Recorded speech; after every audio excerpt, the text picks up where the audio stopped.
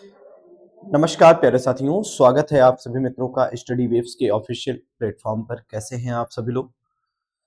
आशा करते हैं आप सभी लोग स्वस्थ होंगे और अपनी तैयारी ठीक ठाक तरीके से कंटिन्यू कर रहे होंगे।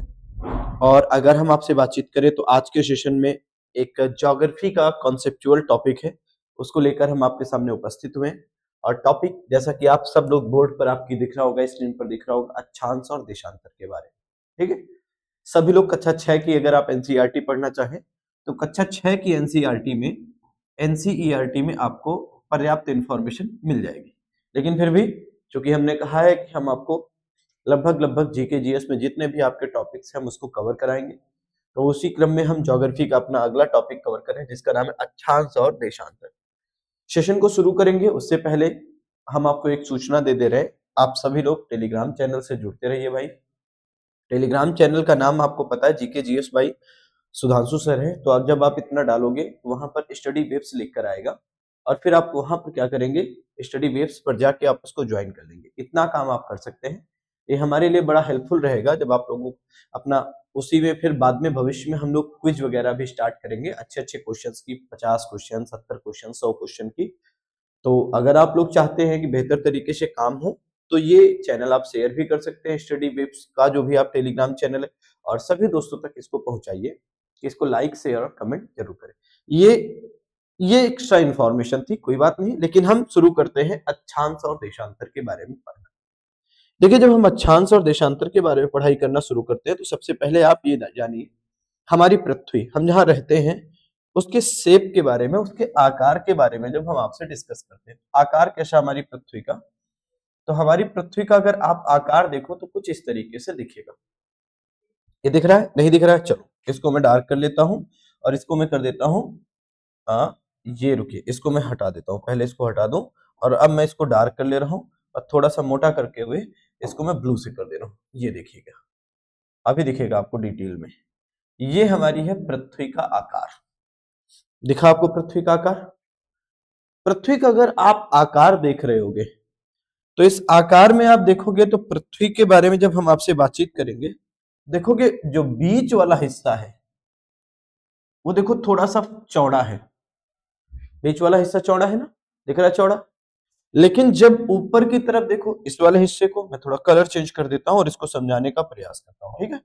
इस वाले हिस्से को देखो, ये देखो कुछ चपटापन आपको दिख रहा होगा, ये गोल नहीं है, ये देखो चपटापन दिख रहा है। देखो रेड कलर से जो मार्क किया, देखो दिख रहा है, ये कैसी चपटी है। और ये जो पृथ्वी का आकार है इसको हम एक अलग नाम देते हैं जिसको हम कहते हैं भू आभ। क्या नाम देते हैं? भू आभ या जियोइड। जियोइड का हम नाम देते हैं, इसको नाम क्या देते हैं? जियोइड का नाम देते हैं। कहीं कहीं पर जब हम इसके बारे में आपसे बातचीत करते हैं तो हम ये भी कह देते हैं कि पृथ्वी का आकार अंडाकार है। मतलब ये विशेष नाम हो गया पृथ्वी के आकृति के विषय में, आकार के बारे में। लेकिन कभी कभी इसको हम चपटा भी बोल देते हैं। चपटे का मतलब पृथ्वी का आकार फ्लैट है, या दूसरी भाषा में कहें हम अंडाकार भी कह देते हैं कि पृथ्वी का आकार कैसा है। पृथ्वी जो है वो हमारी अंडाकार आकृति में देखने को मिलती है। अच्छा, पृथ्वी का आकार ऐसा क्यों हुआ? किसी को कोई आइडिया कि हमारी पृथ्वी इसी शेप में क्यों पाई गई? गोल क्यों नहीं हो गई, चौकोर क्यों नहीं हो गई? तो इसके बारे में जब हम उत्तर की बात करते हैं तो इसका कारण जो है कि भूमध्य रेखा पर जब हम आपसे बातचीत करते हैं, अभिकेंद्रीय बल जो होता है वो भूमध्य रेखा पर क्या होता है? अधिक मात्रा में पाया जाता है। मतलब आप इसका जो कारण है कि ये ध्रुवों पर फैली है, और सॉरी, भूमध्य रेखा पर फैली और ध्रुवों पर चपटी, इसका कारण क्या है? तो इसका सबसे बड़ा कारण है कि आप देखोगे भूमध्य रेखा पर भूमध्य रेखा पर भूमध्य रेखा पर अधिक अभिकेंद्रीय बल होने के कारण, अधिक अभिकेंद्रीय बल होने के कारण, अभिकेंद्रीय बल होने के कारण, बल होने के कारण क्या हुआ है? आप देखोगे बेसिकली भूमध्य रेखा पर अधिक अभिकेंद्रीय बल होने के कारण क्या हो गया है? पृथ्वी को केंद्र में ये क्या करता है? इसकी वजह से पृथ्वी को केंद्र में, ये जो अभिकेंद्रीय बल है ये क्या करता है? पृथ्वी को केंद्र में केंद्र में उभारता है, पृथ्वी को केंद्र में उभारता है, और ध्रुवों पर, और जब हम आपसे बातचीत करते हैं तो यही पर ध्यान से समझिएगा, और ध्रुवों की बात करें, ध्रुवों पर गुरुत्वाकर्षण बल का मान अधिक होने की वजह से, ध्रुवों पर गुरुत्वाकर्षण ये कैप इस्माइल जी, गुरुत्वाकर्षण बल अधिक होने के कारण, गुरुत्वाकर्षण बल अधिक होने के कारण क्या होता है, अधिक होने के कारण गुरुत्वाकर्षण बल अधिक होने के कारण कहां पर, ध्रुवों पर, ठीक है। तो क्या करते हैं, ये क्या करता है, गुरुत्वाकर्षण बल अधिक होने के कारण सतह को केंद्र की ओर क्या करता है, ध्रुवीय सतह को केंद्र की ओर ढकेलता है, ध्रुवीय सतह को केंद्र की ओर क्या करता है, केंद्र की ओर ढकेलता है। अब ध्यान समझना, ये दो रीजन है। पहली बात तो मैंने कहा कि भाई भूमध्य रेखा पर क्या ज्यादा है, इस पर जब भी बात करते हैं, ये जो रेखा होती है इसको भूमध्य रेखा बोलते हैं। ये भूमध्य रेखा पर आप देखोगे क्या है, अभिकेंद्री बल अधिक है। और दूसरी बात, ये जो आपके उत्तरी और दक्षिणी, ये एन और एस लिखा है, ये नॉर्थ पोल, ये साउथ पोल होता है। यहाँ पर क्या होता है, ग्रेविटेशनल फोर्स बहुत अधिक होता है, और ग्रेविटेशनल फोर्स अधिक होने की वजह से क्या करता है, ये केंद्र की ओर धक्का देता है। इसकी वजह से यहाँ पर क्या हो जाता है, यहाँ पर आपको चपटापन देखने को मिलता है। तो अभी आपको कारण पता चला कि पृथ्वी ध्रुवों पर चपटी और भूमध्य रेखा पर फैली क्यों है। तो फैलने का वजह है अभिकेंद्री बल, और चपटे होने का कारण क्या है, ग्रेविटेशनल फोर्स, ठीक है। थोड़ी सी बातचीत करें तो अगर आप यहीं पर थोड़ी सी इंफॉर्मेशन और बातचीत करें तो आप देखोगे पृथ्वी की त्रिज्या कितनी है, किसी को जानकारी है पृथ्वी की त्रिज्या कितनी है, बचपन से पढ़ते चले आए हो, पृथ्वी की त्रिज्या कितनी है, तो पृथ्वी की त्रिज्या पढ़ते हो 6378 किलोमीटर, कितनी है, 6378 किलोमीटर, ये पृथ्वी की त्रिज्या। कौन वाली त्रिज्या, ध्यान समझना, यहीं पर एक बार फिर से हम ग्राफ को बना देते हैं और यहीं पर से फिर से समझ लीजिएगा। पृथ्वी की जब हम त्रिज्या की बात करें तो इस वाली त्रिज्या की बात करेंगे, कौन वाली त्रिज्या की, ये देखिएगा, ये देखिए इस वाली जो त्रिज्या की बात करेंगे, ये जो मैंने बीचों बीच में लाइन खींची है, ये त्रिज्या कितनी, ये बीचों बीच में जो भी इसका मिड पॉइंट होगा, यहां पर मान लीजिए इसकी दूरी हम कितना कह रहे हैं, 6378 किलोमीटर, कितना, 6378 किलोमीटर है। तो ध्यान दीजिएगा इसको किलोमीटर, 6378 किलोमीटर, ठीक है, 6378 किलोमीटर, इसको आप किलोमीटर कह दो, ठीक है। तो पहली बात समझिएगा पृथ्वी की त्रिज्या कितनी है, 6378 किलोमीटर। लेकिन जब हम यहीं पर बातचीत करें ध्रुवीय त्रिज्या, अब ध्रुवीय त्रिज्या सर ये क्या है, नया टर्म ला दिए हैं, बिल्कुल नहीं, पुराना ही टर्म है। ये वाली जो त्रिज्या होगी, ये जो मैंने अभी ड्रॉ किया है, इसको मैं ग्रीन से कर दे रहा हूं, ये देखो जो आपको ग्रीन से दिखेगा, ये वाला क्या है, ये आपकी ध्रुवीय त्रिज्या, इसको हम क्या बोलते हैं, इसको हम ध्रुवीय त्रिज्या बोलते हैं। और ये ध्रुवीय त्रिज्या पृथ्वी की कितनी है, तो ध्रुवीय त्रिज्या के बारे में जब हम आपसे बात करते हैं तो ये है 6357 किलोमीटर। पृथ्वी की ध्रुवीय त्रिज्या कितनी है, ध्रुवीय त्रिज्या जो है वो है 6357 किलोमीटर, कितना है, 6357 किलोमीटर देखने को मिलती है। और इन दोनों का औसत क्या होगा, जब हम एवरेज की बात करें तो औसत त्रिज्या पृथ्वी की क्या होगी, तो औसत का मतलब दोनों को जोड़ दो और जोड़ने के बाद क्या करो, 2 से डिवाइड कर दो, तो औसत त्रिज्या क्या आ जाएगी, तो आप देखोगे 6371 किलोमीटर आपको देखने को मिलेगा, कितना, 6371 किलोमीटर आपको पृथ्वी की औसत त्रिज्या देखने को मिलेगा। तो ये हो गई आपकी भूमध्य रेखीय त्रिज्या, और ये कौन सी होगी, ध्रुवीय त्रिज्या। क्या इतना समझ में आया, देखो बहुत आसानी से पढ़ रहे हैं ताकि चीजें आपको क्लियर होती चले। जब हम आगे बातचीत करते हैं तो देखो पृथ्वी की 2 गतियां होती है, हालांकि मैं इसके बारे में डिस्कस कर चुका हूं। पृथ्वी की कितनी गतियां होती है, पृथ्वी की गतियों के बारे में बातचीत करें तो पृथ्वी की मुख्यतः 2 गतियां होती है। आप डिटेल करना चाहते हो तो पीछे जाके प्लेलिस्ट में ज्योग्राफी वाले में आप जाके क्या कर सकते हो, देख सकते हो पूरा, हालांकि मैं यहाँ पर थोड़ा सा आपको बता देता हूँ। एक होती है घूर्णन, रोटेशन, और दूसरी होती है रिवोल्यूशन। क्या होती है, रोटेशन, और दूसरी क्या होती है, रिवोल्यूशन, परिभ्रमण।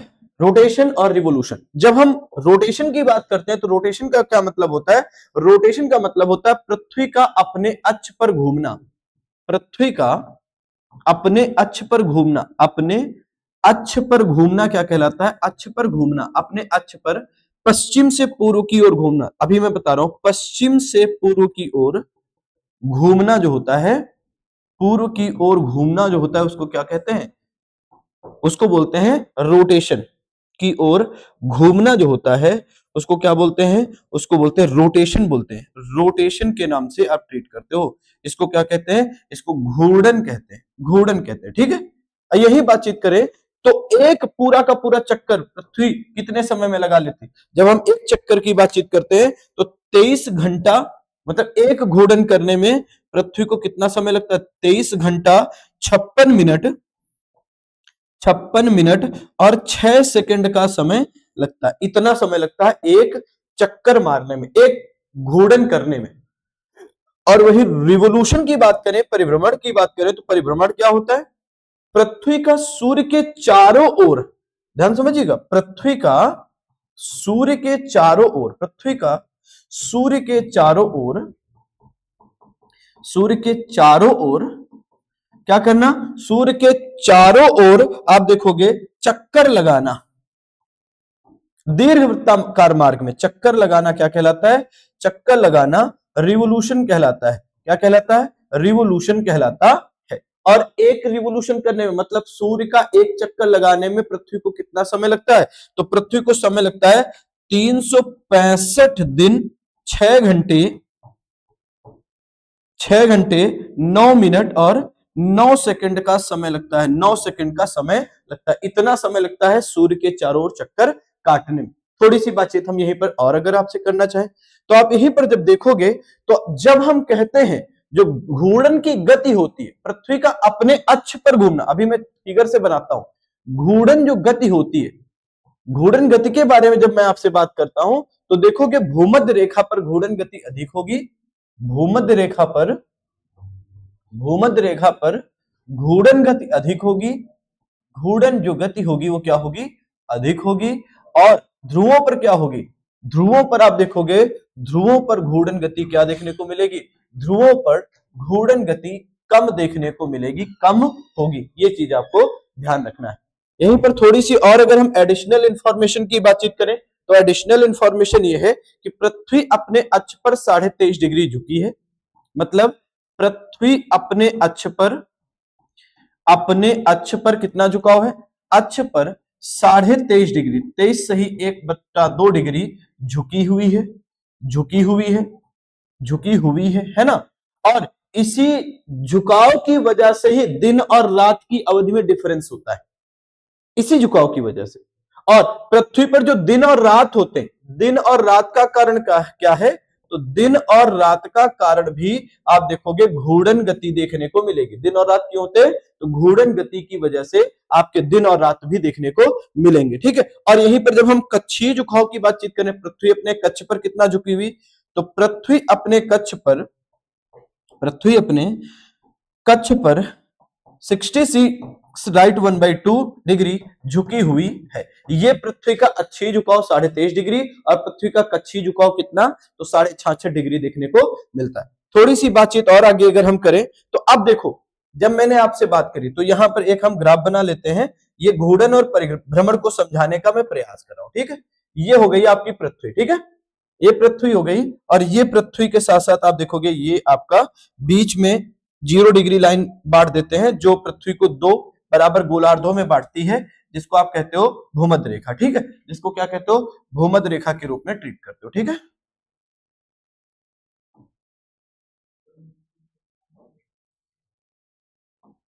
चलो ठीक है, कोई बात नहीं, थोड़ा सा चलता है, इतना सीधे दिख रहा है ना। अब देखो, जब मैंने आपसे कहा तो आपको ये पता है कि ये नॉर्थ पोल है, ये क्या है? नॉर्थर्न पोल है और ये साउथ पोल है। मैंने कहा पृथ्वी अपने अक्ष पर कितना झुकी है? देखो नॉर्मल पृथ्वी का बिहेवियर ऐसे होना चाहिए। देखो अब यहाँ डॉटेड लाइन में तो बनेगा नहीं, बनेगा डॉटेड लाइन, ये है, देखो ट्राई करते हैं, नहीं ऐसे नहीं बनेगा,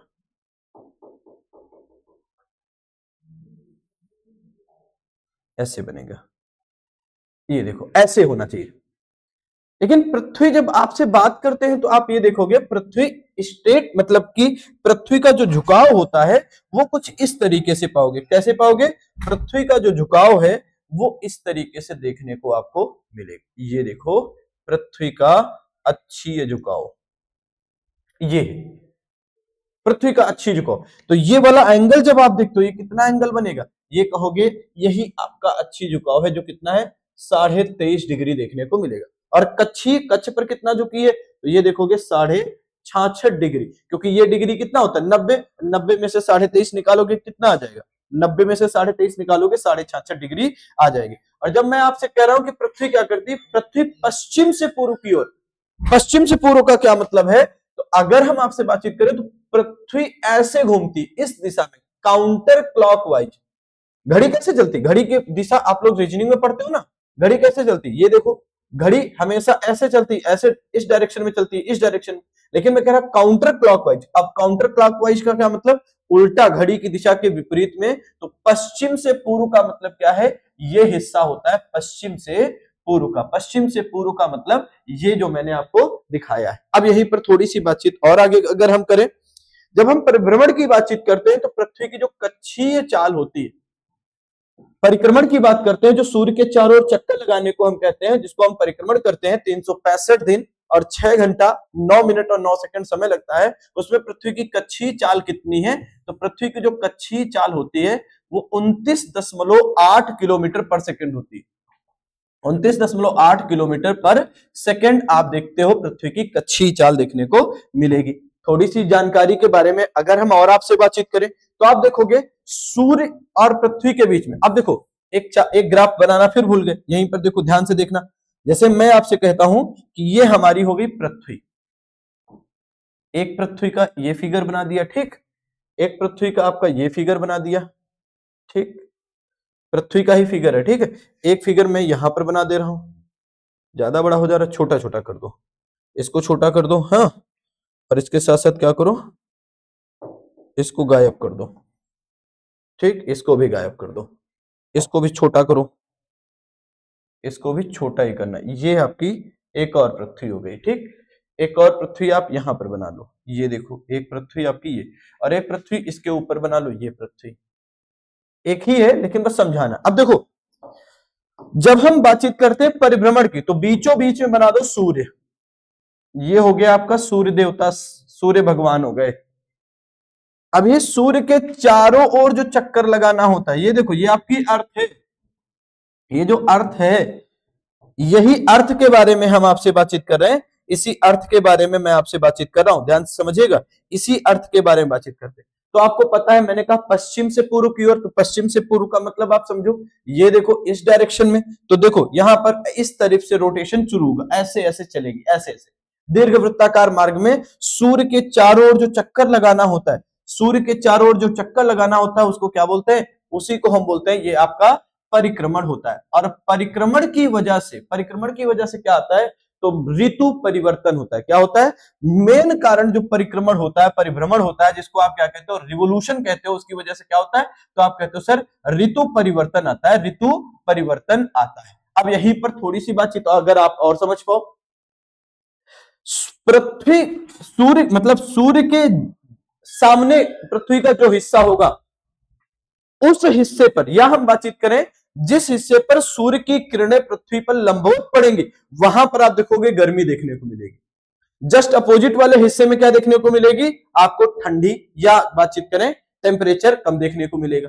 तो साल भर अगर आप देखो, थ्रू आउट द ईयर अगर आप देखो, तो कभी भारत में या विश्व के किसी भी अन्य देश में देखो तो कभी गर्मी कभी ठंडी देखने को मिलती है। लेकिन आप जो उत्तरी ध्रुव और दक्षिणी ध्रुव होते हैं, ये उत्तरी ध्रुव और दक्षिणी ध्रुव जो ये होते हैं, यहां पर देखोगे तो 6 महीने का दिन और 6 महीने का रात। क्यों, अब देखो ये हो गया हमारा सूर्य, सूर्य अगर किरण देगा तो कहां तक जाएगी, लंबवत, देखो यहां तक चली जाएगी, इधर तक चली जाएगी, तो यहां तक तो मान लीजिए चली जाएगी कि यहां पर दिन हो गया, लेकिन चूंकि ये हिस्सा मैक्सिमम है, इसके आगे सूर्य की किरण नहीं जाएगी, तो यहां अंधेरा हो जाएगा। और जब दूसरे हिस्से में आओगे इस तरफ, जब मान लीजिए पृथ्वी चक्कर लगाते लगाते सूर्य के इस साइड आ गए, तो यहां से सूर्य की किरण देखोगे कहां पर जाएगी, यहां पर पड़ेगी, यहां पर देखोगे तो दिन होगा 24 घंटे का दिन और 24 घंटे का, इस साइड में दिन पड़ेगा नहीं यहां के आगे, तो क्या हो जाएगा, 24 घंटे की रात देखने को आपको मिलेगी। तो दिन और रात जो, यहीं पर ध्यान समझिएगा, ये जो होता है, जब हम आपसे बात कर रहे हैं इन चीजों के बारे में, तो थोड़ा सा आपको समझने की आवश्यकता पड़ेगी। थोड़ी सी और बातचीत करें इसी में, अगर हम आगे बातचीत करें तो अगला पोर्शन जो हम पढ़ने चल रहे हैं तो अगले पोर्शन में जब हम आपसे बातचीत करने चल रहे हैं तो गोल यहीं पर सूर्य से दूरी की बात कर लेते हैं। पृथ्वी की सूर्य से दूरी, पृथ्वी की सूर्य से दूरी, सूर्य से दूरी, पृथ्वी की सूर्य से दूरी के क्रम में दो शब्द पढ़ते हो, एक होता है पेरीहेलियन और एक होता है एपीहेलियन, यानी कि एक होता है उपसौर, उपसौर, और एक होता है अपसौर, अपसौर, उपसौर और अपसौर। जब हम उपसौर की बातचीत करते हैं तो उपसौर क्या होता है, तो हम कहते हैं भैया ये 3 जनवरी को होता है। ये क्या होता है, 3 जनवरी को यह घटना घटित होती है। उपसौर को हम अंग्रेजी में बोलते हैं पेरीहेलियन, क्या बोलते हैं, पेरीहेलियन। और यह घटना जब होती है तो पृथ्वी सूर्य के निकटतम होती है, पृथ्वी सूर्य के निकटतम, कितना निकट, तो कहोगे सर 14 करोड़ 75 लाख किलोमीटर की दूरी बचती है सूर्य और पृथ्वी के बीच में मात्र। और जब हम अपसौर की बात करते हैं, मतलब एपीहेलियन की बातचीत करें, एपीहेलियन की बात करें, एपीहेलियन का मतलब दूर, और ये दूर की स्थिति कब होगी, तो 4 जुलाई को ये घटना घटेगी और पृथ्वी सूर्य से सर्वाधिक दूर होगी। और कितना दूर होगी, तो 15 करोड़ 25 लाख किलोमीटर की डिस्टेंस होगी। कितना, 15 करोड़ 25 लाख किलोमीटर की डिस्टेंस देखने को मिलेगी। तो उपसौर और अपसौर मत भूलिएगा। अब हम यहीं पर बातचीत करें तो थोड़ा सा आगे बातचीत ध्यान समझिएगा। पृथ्वी के स्ट्रक्चर को जब आप देखते हो तो कुछ इस तरीके से देखने को मिलता है, ठीक है, ये स्ट्रक्चर पृथ्वी का हो गया। और जब इसी स्ट्रक्चर में हम थोड़ी सी एक लाइन बना देते हैं, और लाइन ये देखो आपकी स्ट्रेट लाइन, ये आपकी हो गई इक्वेटर या भूमध्य रेखा। ये क्या होती है, इक्वेटर की जब हम आपसे बातचीत करते हैं तो इक्वेटर क्या होता है, तो आप कहोगे सर इक्वेटर जो होती है, आप ऐसे कह सकते हो कि पृथ्वी को 2 बराबर हिस्सों में बांटने वाली काल्पनिक रेखा होती है, जिसको हम क्या कहते हैं, इक्वेटर का नाम देते हैं। जिसको हम किसका नाम देते हैं, इक्वेटर का नाम देते हैं। ये 0 डिग्री या इक्वेटर होता है। तो हम यहां पर आपसे बातचीत करने चले गोलार्ध के बारे में। किसके बारे में, गोलार्ध के बारे में। गोलार्ध को अंग्रेजी में कहते हैं हेमिस्फीयर, हेमिस्फीयर, हेमिस्फीयर कहते हैं। और गोलार्ध कितने, तो मैंने कहा कि भैया पृथ्वी का 2 समान भागों में विभाजन क्या कहलाता है, पृथ्वी का 2 समान भागों में विभाजन, 2 समान भागों में जो विभाजन होता है, भागों में विभाजन जो होता है उसको क्या कहते हैं, उसको हम बेसिकली गोलार्ध कहते हैं। अब देखो नॉर्मल स्थिति में आप सब लोगों को पता है डायरेक्शन वाला देखा है, तो ऊपर वाला हिस्सा नॉर्थ का, नीचे वाला हिस्सा साउथ का, और ये वाला हिस्सा ईस्ट का, और ये वाला हिस्सा कौन सा होता है, वेस्ट का। तो जो इक्वेटर के उत्तर में है उसको हम क्या बोलेंगे, इस वाले सेगमेंट को हम क्या बोलेंगे, उत्तरी गोलार्ध। इसको हम क्या नाम देंगे, उत्तरी गोलार्ध नाम देंगे, नॉर्थर्न हेमिस्फीयर नाम देंगे। क्या नाम देंगे, नॉर्थर्न हेमिस्फीयर, नॉर्थर्न हेमिस्फीयर का नाम देंगे, हेमिस्फीयर का नाम देंगे। और दक्षिणी वाला हिस्सा जिसको मैं ग्रीन से कर दे रहा हूं, ये वाला हिस्सा क्या होगा, इसको आप सिंपल सी बात में कहोगे दक्षिणी गोलार्ध या साउथर्न हेमिस्फीयर, दक्षिणी गोलार्ध या क्या कहोगे, साउथर्न हेमिस्फीयर।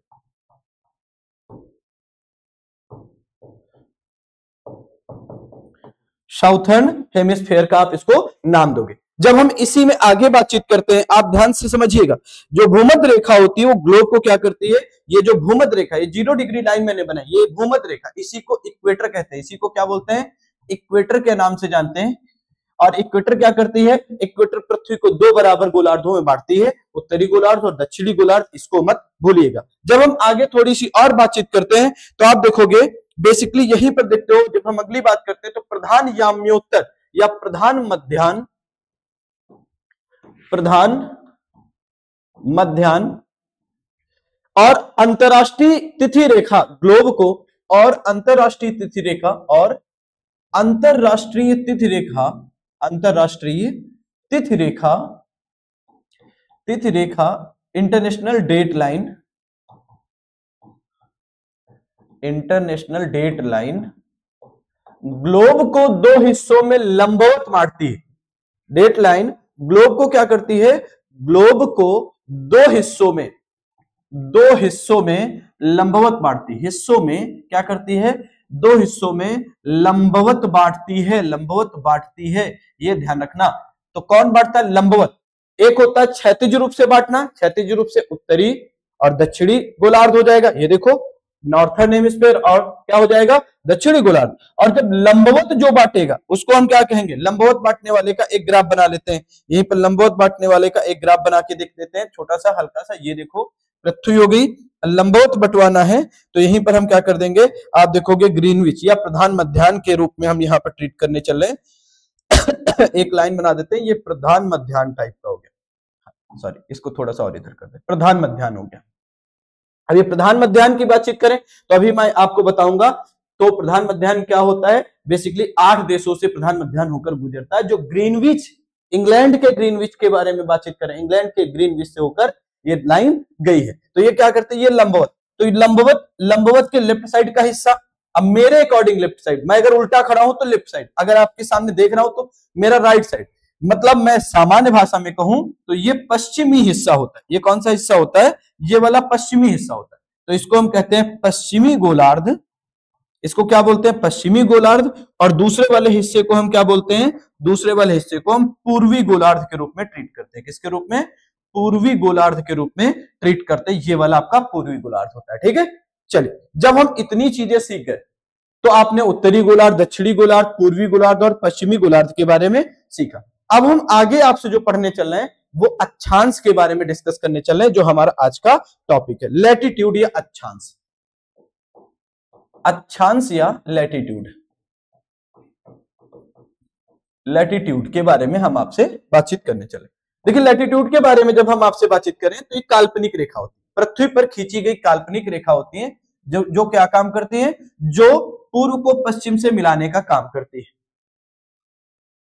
पृथ्वी पर खींची गई काल्पनिक रेखा, क्षैतिज काल्पनिक रेखाएं, क्षैतिज इस तरीके से, ये देखो ये लाइन, ये क्या है, अक्षांश है, जो क्या करेगी, जो पश्चिम को पूर्व से मिलाने का काम करती है। मतलब एक लाइन में डेफिनेशन की बात करें तो कहेंगे वह काल्पनिक रेखाएं, वह क्षैतिज काल्पनिक रेखाएं, क्षैतिज काल्पनिक रेखाएं, काल्पनिक रेखाएं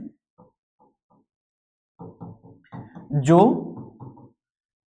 क्या करती हैं, जो पूर्व को पश्चिम से मिलाती हैं, पश्चिम से मिलाती हैं, क्या कहते हैं, मिलाती हैं, सीधा सा अक्षांश कहते हैं। क्या कहते हैं, अक्षांश कहते हैं, अक्षांश कहते हैं। ठीक है, क्या कहते हैं, अक्षांश कहते हैं। क्लियर। अब देखो यहीं पर ध्यान समझना, अब जब अक्षांश के बारे में हम आपसे बात करें तो ये अर्थ हो गई, और इसको मैंने नाम दे दिया, ये 0 डिग्री हो गया। ये क्या हो गया आपका, अभी 0 डिग्री नाम दे देते हैं। ठीक है, यहां पर थोड़ा सा अगर हम और आपसे बातचीत करें तो देखो इसके ऊपर हमने एक और लाइन खींच दी, और एक नीचे वाले हिस्से में भी हमने लाइन खींच दी, ये नीचे वाले हिस्से में भी लाइन खींच दी, एक और लाइन खींच दी, ये देखो, और एक और लाइन हमने इधर खींच दी, 2। तो मैं ऊपर पहले भी बता चुका हूं, जो ऊपर वाला हिस्सा है वो नॉर्थ है और नीचे वाले हिस्से को साउथ। ये जो है जिसको मैं ग्रीन कलर से ओवर लाइन कर रहा हूं, इसको 0 डिग्री या इक्वेटर बोलते हैं। ये इससे ऊपर नॉर्थ में जो 23 राइट्स 1/2 डिग्री नॉर्थ होती है उसको कर्क रेखा, ट्रॉपिक ऑफ कैंसर बोलते हैं। क्या बोलते हैं, कर्क रेखा बोलते हैं, कर्क रेखा बोलते हैं। और 23 राइट्स 1/2 डिग्री साउथ, दक्षिण वाली रेखा को हम क्या बोलेंगे, इसको बोलेंगे हम, इसको क्या बोलेंगे, इसको हम सिंपल सी भाषा में मकर रेखा के रूप में ट्रीट करेंगे। क्या कहेंगे, मकर रेखा है, ये आपकी क्या है, मकर रेखा है। तो कर्क रेखा मकर रेखा हो गया।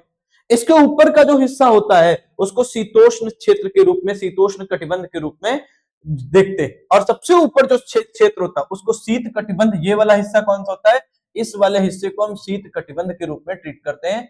ये वाला हिस्सा जो मैं अभी मार्क कर रहा हूं, ये इस वाले हिस्से को हम क्या कहेंगे, ये शीत कटिबंध है, शीत कटिबंध के रूप में ट्रीट करते हैं। और ये वाला हिस्सा क्या है, उपोष्ण कटिबंध के रूप में, ये वाला हिस्सा क्या है, उपोष्ण कटिबंध के रूप में हम ट्रीट करेंगे। हालांकि मैं अभी इसको और क्लियर कर दूंगा। ठीक है, तो 2 अक्षांशों के बीच में, अब आपको पता है, मैं आपको बता देता हूं, जब आप इस साइड से इक्वेटर से ऊपर की तरफ जाओ, उत्तर की तरफ जाओ, चाहे दक्षिण की तरफ जाओ, तो टोटल कितनी लाइंस खींच सकते हो, 90 इधर 90 इधर। देखो 90 डिग्री एंगल बनेगा, यहां तक पहुंचते पहुंचते कितना डिग्री, 90 डिग्री का एंगल बीचों बीच से डिवाइड करो, और जब बीचों बीच से डिवाइड करोगे तो एंगल कौन सा बनेगा, कहोगे सर 90 डिग्री। ये 90 डिग्री एंगल मतलब 90 ही तो पॉइंट यहां पर बन सकते हैं। तो इक्वेटर से उत्तर 90, इक्वेटर से दक्षिण में 90, तो 90 और 90 180, लेकिन 0 डिग्री को भी शामिल करेंगे तो कितना 181। मतलब टोटल लैटिट्यूड्स की संख्या कितनी हो जाती है, तो टोटल लैटिट्यूड्स के बारे में बातचीत करें, कुल अक्षांश की जो संख्या है वो कितनी हो जाती है? तो कहोगे कुल अक्षांश की संख्या होती है 181। 90 ऊपर 90 नीचे और इक्वेटर को मिलाओ, कितना हो गया? 181। यहीं पर बातचीत करें, दो अक्षांशों के बीच दूरी कितनी होती है? दो अक्षांशों के बीच जो दूरी होती है, दो अक्षांशों के बीच की जो दूरी होती है वो होती है, आप देखोगे कितना होता है? 111 किलोमीटर। लगभग अगर मैं बात करूं तो 111 किलोमीटर आपको देखने को मिलेगा। कितना? 111 किलोमीटर आपको देखने को मिलेगा। 111 किलोमीटर आपको दूरी दो अक्षांशों के बीच। दो अक्षांशों को मतलब 0 से 1 डिग्री के बीच में कितना दूरी? तो 111 किलोमीटर। 1 से 2 डिग्री के बीच में कितना दूरी? 111 किलोमीटर। 2 से 3 डिग्री, 3 से 4 डिग्री, 4 से 5 डिग्री, 5 से 6 डिग्री, 6 से 7 डिग्री। एक एक अक्षांश के डिफरेंस पर कितना दूरी बढ़ेगी? 111 किलोमीटर की डिस्टेंस बढ़ेगी। ठीक है, लेकिन अक्षांशीय वृत्त की बात करें तो अक्षांशीय वृत्त की संख्या कितनी है? यह बहुत डिफिकल्ट क्वेश्चन हो जाता है आपके लिए। अक्षांशीय वृत्त के बारे में बातचीत करें तो जब अक्षांशीय वृत्त की बातचीत करें तो वृत्तों की संख्या हो जाएगी 179। क्यों? ध्यान समझना, ये हमारी अर्थ हो गई, ये हमारी अर्थ हो गई, अर्थ हो गई। तो इधर आपने देखा कितना टोटल कितना अक्षांश हो रहे थे? 181। लेकिन जब वृत्त की बात करें तो वृत्त यहां 90 डिग्री पर कोई वृत्त बन पाएगा? 90 डिग्री पर कोई वृत्त बना पाओगे? उत्तर या दक्षिण पर नहीं बना पाओगे। पॉइंट होगा, बिंदु होगा। मतलब पॉइंट होगा तो मतलब दो क्या हो जाएंगे? दो वृत्त कम करोगे। तो जब दो वृत्त कम करोगे तो 181 टोटल अक्षांश थे और उसमें से दो घटा दोगे तो कितना हो जाएगा? 179 डिग्री, यानी सॉरी 179 क्या हो जाएगा? 179 आपको अक्षांशीय वृत्त देखने को मिलेंगे। कितने? 179 अक्षांश देखने को मिलेंगे। अगले पॉइंट के बारे में जब हम आपसे बातचीत करते हैं तो आप यहीं पर देखोगे सबसे बड़ा जो अक्षांश होता है वो कौन सा होता है? तो कहोगे सबसे बड़ा अक्षांश जो है वो है, सबसे बड़ा जो अक्षांश है वो है 0 डिग्री या भूमध्य। और सबसे छोटा अक्षांश की बात करें तो ये कौन है? सबसे छोटा अक्षांश कहोगे 90 डिग्री को कहोगे, या इसको आप क्या कहोगे? ध्रुव के बारे में। 90 डिग्री की जगह पर आप इसको ध्रुव भी लिख सकते हैं। क्या लिख सकते हो? ध्रुव के रूप में भी ट्रीट कर सकते हो, इसको ध्रुव लिख सकते हो पोल पर। ठीक है, अगली अगर हम आपसे बातचीत करें तो इसका कार्य क्या है? अक्षांशों का कार्य क्या है? अक्षांशों के बारे में बातचीत करें तो अक्षांशों के कार्य क्या है? अक्षांश के कार्य, तो सबसे पहला कार्य है इसके बिहाफ पर आप तापमान को क्या कर सकते हो? तापमान का वितरण कर सकते हो, तापमान का वितरण कर सकते हो। दूसरी बातचीत करना, दूसरा क्या काम है? इसके आधार पर आप देख सकते हो हवा, हवा की सिचुएशन कैसी, और क्या देख सकते हो? यही दबाव प्रणाली के लिए भी, प्रेशर सिस्टम के लिए, दबाव प्रणाली के लिए भी जिम्मेदार होते हैं, प्रेशर सिस्टम के लिए भी जिम्मेदार होते हैं। और अगली बातचीत करें तो ग्रही, जो अपने ग्रह की पवन होती, ग्रहीय पवन प्रणाली के लिए भी क्या है? पवन प्रणाली के लिए भी आप इनको जिम्मेदार पाओगे। ग्रहीय पवन प्रणाली जो होती है उसके लिए भी आपके अक्षांश जिम्मेदार होते हैं। अब यहीं पर एक ग्राफ और बनाते हैं और थोड़ा सा क्लियरिटी लाने का प्रयास करते हैं। थोड़ा सा समय दीजिएगा आप सब लोग, लेकिन और डिटेल करेंगे। 3-4 कलर करते हुए मैं इसको रंगूंगा। ठीक है, देखोगे तो पहली बात तो समझ लो। ठीक है, पहली बात तो अगर आप समझना चाहो, ये देखो, ये हो गया आपका इक्वेटर। ठीक है, ये हो गया इक्वेटर। ठीक, क्लियर? तो अगर नाम लिखना चाहो तो एक एक नाम लिखते चलो। इक्वेटर है, इसको नाम दे दो इक्वेटर। ठीक है, इक्वेटर के दक्षिण में जाओगे तो दक्षिण में जो पहली रेखा खींचोगे वो खींचोगे ट्रॉपिक ऑफ कैप्रिकॉर्न की। क्या खींचोगे? Tropic of Capricorn. इसको बोलोगे क्या? 23 राइट्स 1/2 डिग्री साउथ। एक मिनट, और ऊपर वाले हिस्से में खींच दो एक और, ऊपर वाले हिस्से में एक और रेखा खींच दो जिसको आप क्या कहोगे? 23 राइट्स 1/2 नॉर्थ। अब इसमें दोनों के नामकरण कर लो, नामकरण कर लो इसके नाम। एक ये हो गया 23 राइट्स 1/2 डिग्री साउथ, और ये 23 राइट्स 1/2 डिग्री नॉर्थ। एक का नाम है ट्रॉपिक ऑफ कैंसर, और एक का नाम क्या है? एक का नाम है, आप देखोगे, tropic of Capricorn. Tropic of Capricorn. ठीक है, ट्रॉपिक ऑफ कैप्रिकॉर्न। अगली बातचीत यहीं पर ध्यान समझना। अगला होगा, अगली रेखा खींचेंगे ऊपर, और इससे ऊपर एक खींचेंगे 66 राइट्स 1/2 की। इसको कलर चेंज करो, हटाओ, थोड़ा सा दिखे आपको भी कम से कम, नहीं तो हम ही समझे फिर क्या ही मतलब निकलेगा, है ना? ये दो रेखाएं मैंने खींची और ये रेखाएं कौन सी हैं? ये दिखाएंगी 66.5 डिग्री। इधर मैं क्या कह देता हूं, ये 66 राइट्स 1/2 डिग्री नॉर्थ और इधर 66 राइट्स 1/2 डिग्री साउथ। ठीक, और ऊपर हिस्सा छोड़ देते हैं, ये आपका पोल होता है 90 डिग्री और यहां पर भी पोल की सिचुएशन कर देते हैं। अब देखो इनके नामकरण है, ये ट्रॉपिक ऑफ कैंसर और ट्रॉपिक ऑफ कैप्रिकॉर्न के बीच का क्षेत्र है जिसको मैं रेड से ड्रॉ कर रहा हूं, इसको हम कहते हैं उष्ण कटिबंधीय क्षेत्र। इसको क्या नाम देते हैं?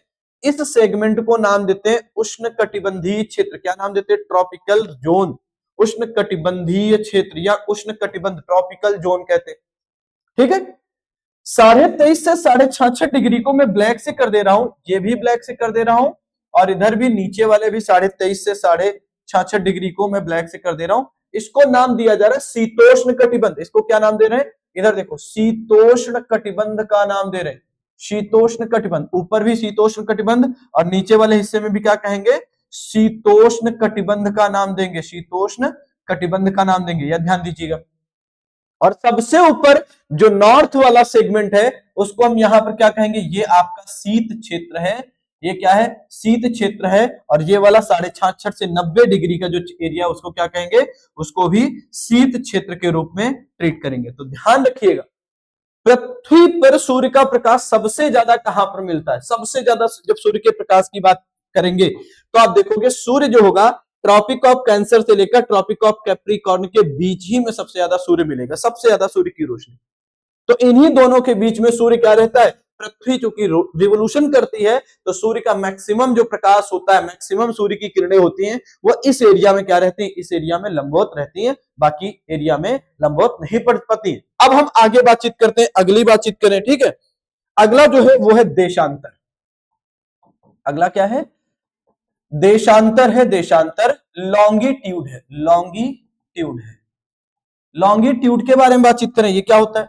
देखो लॉन्गिट्यूड को भी एक ग्राफ से बना लेते हैं, पहले मैं तो अपने हाथ से ही बना देता हूं, इसको समझ लो। ये आपकी अर्थ हो गई। तो काल्पनिक रेखा जो क्या करती है? जो पृथ्वी के उत्तरी हिस्से को दक्षिणी हिस्से से मिलाती है, मतलब वह काल्पनिक रेखाएं जो लंबवत होती हैं और क्या करती हैं? उत्तर को दक्षिण से मिलाने का कार्य करती हैं, काल्पनिक रेखाएं होती हैं, उनको क्या कहते हैं? उनको देशांतर कहते हैं। मतलब एक लाइन में लिखना हो तो क्या कहेंगे? ग्लोब पर खींची गई काल्पनिक रेखाएं, ग्लोब पर खींची गई काल्पनिक रेखाएं, खींची गई काल्पनिक रेखाएं, काल्पनिक रेखाएं, ग्लोब पर खींची गई काल्पनिक रेखाएं जो उत्तर से दक्षिण को जोड़ती हैं, जो उत्तर से दक्षिण को जोड़ती हैं, उत्तर से दक्षिण को जोड़ती हैं, जोड़ती हैं, क्या कहते हैं? देशांतर कहते हैं, देशांतर कहते, देशांतर कहते। अब देशांतर की संख्या कितनी होगी? अब सोचो, ये सर्कल बना है, देशांतरों की संख्या कितनी होगी?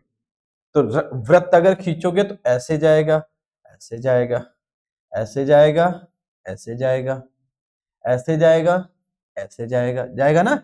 ये क्या है? ये जो मैं खींच रहा हूं ये आपके देशांतर हैं, ये देशांतर हैं। और देशांतरों की संख्या कितनी होती है? तो देशांतरों की संख्या होती है 360। कितनी? 180 इस डायरेक्शन में, 180 उस डायरेक्शन में। मतलब टोटल कुल देशांतरों की संख्या कितनी होती है? कुल देशांतर जो होते हैं उसको क्या बोलते हैं? संख्या को 360 डिग्री, 360 बोलते हैं। और जो 0 डिग्री देशांतर होता है उसके बारे में बातचीत करें तो उसको हम प्रधान याम्योत्तर या ग्रीनविच मीन भी बोलते हैं। उसको क्या बोलते हैं? प्रधान याम्योत्तर, प्रधान याम्योत्तर, या फिर इसको क्या कहेंगे? ग्रीनविच मीन भी बोलेंगे, इसको ग्रीनविच मीन के रूप में ट्रीट करेंगे। और वहीं अगली बातचीत करें, जो 180 डिग्री आपका देशांतर होगा उसको क्या बोलेंगे? 180 डिग्री देशांतर को हम प्रधान क्या बोलते हैं? सॉरी, इंटरनेशनल डेट लाइन या अंतरराष्ट्रीय, अंतरराष्ट्रीय तिथि रेखा के रूप में भी ट्रीट करते हैं। अंतरराष्ट्रीय तिथि रेखा भी कहते हैं, अंतरराष्ट्रीय तिथि रेखा भी इंटरनेशनल डेट लाइन के रूप में भी हम ट्रीट करते हैं। ठीक है, क्लियर हो गया? इतना क्लियर? चले आगे। अगली तरफ चलें। इतना समझ में आ गया सबको? एक बार बताओ भाई सब लोग, कोई यहां तक किसी को कोई दिक्कत? चलो आगे चले। अब देखो प्रधान याम्योत्तर जो होता है, प्रधान याम्योत्तर वो 8 देशों से होकर गुजरता है। प्रधान याम्योत्तर कितने देशों से होकर गुजरता है?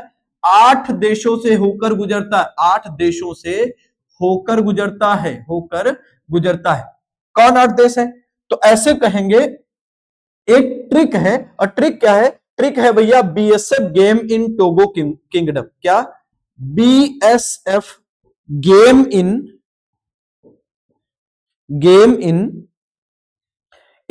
Togo kingdom, in Togo kingdom, Togo kingdom. अब देख लो कौन कौन से 8 देश हैं, जरा देख लेते हैं एक एक लाइन करके। देखो बी फॉर क्या हो जाएगा? बी फॉर जब हम आपसे कहेंगे, यहां पर देखो बुर्किना फासो, बुर्किना फासो, ठीक है। अगला एस फॉर हम क्या कहेंगे? एस का मतलब स्पेन हो गया। इस एफ फॉर क्या हो गया? एफ फॉर फ्रांस हो गया। जी फॉर की बातचीत करें, जी फॉर घाना हो गया, ठीक है। जी फॉर घाना हो गया। ए फॉर की बात करें, ए फॉर क्या हो जाएगा? ए फॉर हम कहेंगे अल्जीरिया हो जाएगा, अल्जीरिया, अल्जीरिया। एम फॉर अगर हम आपसे बातचीत करें तो एम का मतलब होता है माली, एम का मतलब क्या होता है? माली, MALI, माली।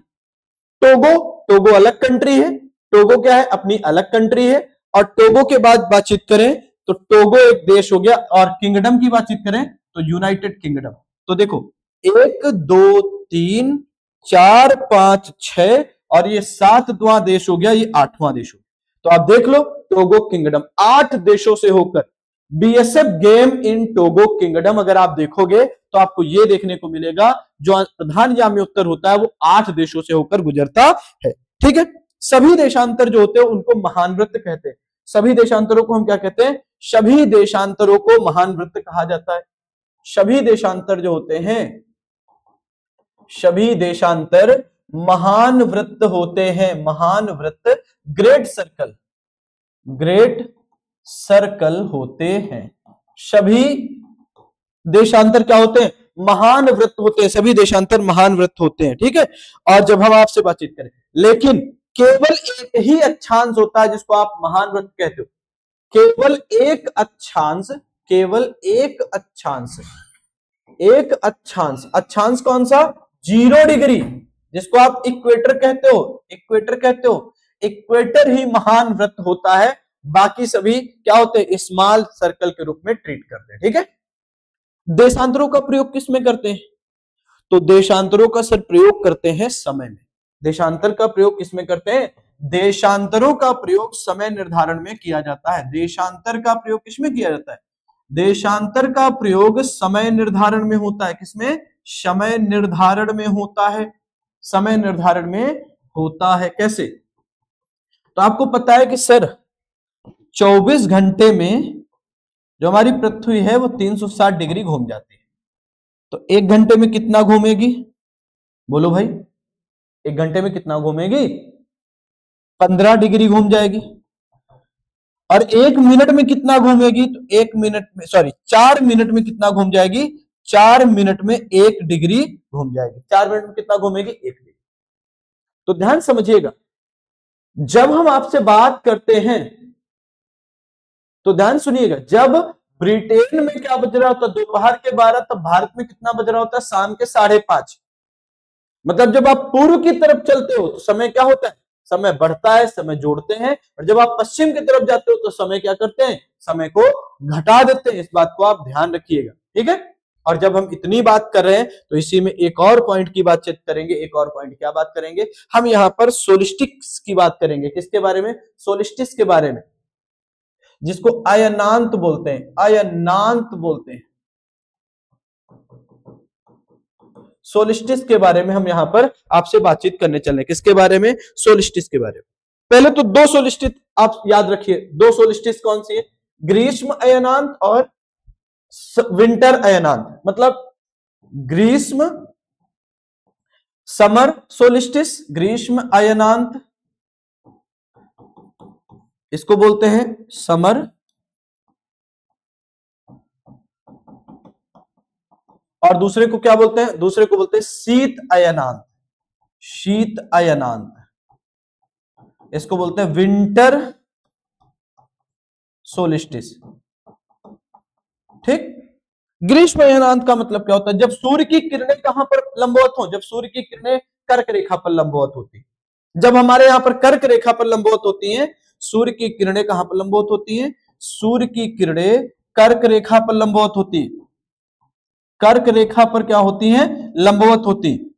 और जब कर्क रेखा पर लंबवत होती हैं तो आप देखते हो ये कब होता है? तो हमारे यहां जब खूब गर्मी पड़ती है, बेसिकली 21 जून को ये घटना घटित होती। और 21 जून को घटना घटित होती है तो आप यहीं पर देखोगे उत्तरी ध्रुव पर लगातार 6 महीने का दिन होगा। उत्तरी ध्रुव पर क्या होगा? इसी समय आप देखोगे उत्तरी ध्रुव जो होगा, उत्तरी जो ध्रुव होगा, उत्तरी ध्रुव पर लगातार 6 महीने का क्या होगा? 6 महीने का दिन देखने को मिलेगा। और जब हम विंटर सोलिस्टिस की बात करते हैं, विंटर सोलिस्टिस कब होता है? तो दिसंबर के टाइम में हमारे यहां ठंडी, मतलब जब सूर्य क्या होता है? जब सूर्य की किरणें मकर रेखा पर लंबवत होती। सूर्य की किरणें कहां पर लंबवत होती हैं? सूर्य की किरणें मकर रेखा पर लंबवत होती हैं, मकर रेखा पर लंबवत होती। और ये मकर रेखा पर लंबवत कब होती हैं? तो दिसंबर के टाइम पर। दिसंबर में भी कब? तो 22 दिसंबर की डेट मत भूलिएगा। और इसी को हम क्या बोलते हैं? इसी को मकर संक्रांति बोलते हैं। इसी को क्या बोलते हैं? इसी को मकर संक्रांति बोलते हैं। और इधर दूसरे वाले को क्या बोलते हैं? इसको कर्क संक्रांति बोलते हैं। इसको क्या बोलते हैं? कर्क संक्रांति बोलते हैं, संक्रांति बोलते हैं। और जब सूर्य की किरणें दक्षिण में, मतलब मकर रेखा पर लंबवत पड़ेंगी, तो आप देखोगे क्या होगा? दक्षिणी ध्रुव पर क्या होगा?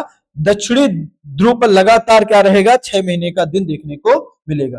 क्या होगा? दक्षिणी ध्रुव पर 6 महीने का, 6 मंथ का दिन देखने को मिलेगा, ये वाला। और दूसरे वाले हिस्से में क्या हो जाएगी? रात हो जाएगी। लेकिन दो और सिचुएशंस बनती हैं। दो और सिचुएशन कौन सी? विषुव की बनती है। विषुव की मतलब इक्विनॉक्स की, इक्विनॉक्स की, इक्विनॉक्स की सिचुएशन। और ये दो सिचुएशन कब? तो एक मार्च में बनती है, मार्च में बनती है। और दूसरी कब बनती है? और मार्च में कब बनती है? तो 21 मार्च को। और दूसरी कब बनती है? तो 23 सितंबर को, 23 सितंबर को, 23 सितंबर को। अब आप ऐसे समझ सकते हो, देखो अपने यहां पर जब गर्मी खत्म होती तो सूर्य दक्षिण में जाता है। हम लोग भारत में है, उत्तरी गोलार्ध में, कर्क रेखा पर हमारे भारत के 8 राज्यों से होकर गुजरती है। आगे किसी लेक्चर में समझा देंगे, ठीक। लेकिन अभी इतना समझो कि बीचों बीच से कर्क रेखा हमको डिवाइड करती है। तो जब सूर्य दक्षिण की तरफ जा रहे होते हैं, सूर्य दक्षिणायन होता है, मतलब सूर्य की किरणें किधर जाएंगी? तो जब आप ऐसे जाओगे, सूर्य की किरणें मान लीजिए यहां पर पड़ रही थी, ये भूमध्य रेखा है, ये आपकी इक्वेटर है, सॉरी ये क्या है? ये ट्रॉपिक ऑफ कैंसर या कर्क रेखा। ये कर्क रेखा है और नीचे मकर रेखा है, मकर रेखा। अब ध्यान से सुनना, सूर्य की किरणें कहां हो रही? अब नीचे दक्षिण की तरफ जा रही है, बिना इक्वेटर हुए चली जाएंगी। तो इक्वेटर पर किस दिन आप देखोगे? इक्वेटर पर जब लंबवत होंगी तो उसको बोलेंगे 23 सितंबर को। फिर जाते जाते 22 सितंबर को, 22 दिसंबर को यहां पर लंबवत होंगी मकर रेखा पर। और मकर रेखा के बाद फिर दक्षिण से सूर्य क्या होगा? उत्तरायण होगा। जब उत्तरायण होगा तो 22 दिसंबर के बाद मार्च की डेट आएगी, फिर 21 मार्च की डेट को देखोगे, फिर सूर्य क्या होगा? फिर सूर्य की किरणें भूमध्य रेखा पर लंबवत होंगी। और फिर आते आते क्या हो जाएगा? हमारे यहां तक पहुंचते पहुंचते जून की डेट आ जाएगी और 21 जून को यहां पर कर्क रेखा पर लंबवत होंगी। समझे? तो ये वाला इतना सेगमेंट था। अक्षांश और देशांतर को हमने बहुत ही डिटेल में पढ़ाने का, समझाने का प्रयास किया। अब अगर सेशन समझ में आए प्यारे मित्रों, तो आप लोग बस एक ही सहयोग किया करिए जो आप कर सकते हो। कोई मॉनेटरी गेन हम आपसे डायरेक्टली नहीं चाहते हैं, तो आप हमारे टेलीग्राम चैनल को ज्वाइन कर सकते हो। GK GS bye Sudhanshu sir study विप्स चैनल है, इसको सभी दोस्तों तक फैला दो ताकि हम लोग बेहतर से बेहतर कंटेंट आपके सामने लेकर आ सकें और अपने काम में कंटिन्यूटी रख सकें। ठीक है, मिलते हैं अगले सेगमेंट में नए टॉपिक के साथ, नए चैप्टर के साथ। धन्यवाद, थैंक यू, नमस्कार सबको।